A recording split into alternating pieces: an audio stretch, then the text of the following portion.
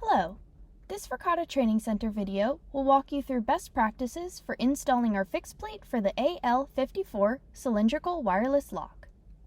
There are three components for this installation: the lock body, the fixed plate, and the latch. Within the lock body, there is also the retractor. Let's review the first method of installing the fixed plate. Step 1. Slot the lock body and push it in until it's completely seated within the latch. Be careful not to press the latch or move it up and down. There are two sides to the fixed plate, one with protruding parts and one without protruding parts.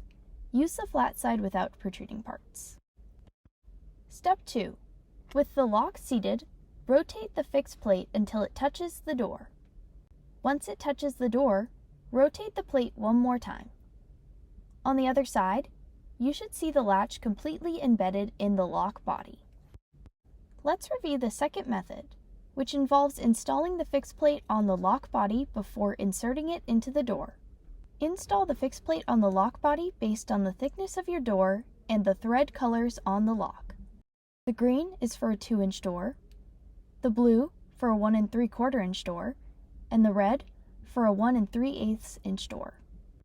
Our door is 1 3/4 inch thick, so we will rotate until the blue line. Install the fixed plate with the flat side first, rotate until it touches the corresponding color, and stop. Now, place the lock body and fixed plate on the door. You have now successfully installed the fixed plate for the AL54 cylindrical wireless lock. That's all for this video. Thanks for watching. If you have further questions, please visit our Knowledge Center or contact our 24/7 support team in command via the live support chat or by one of the phone numbers listed.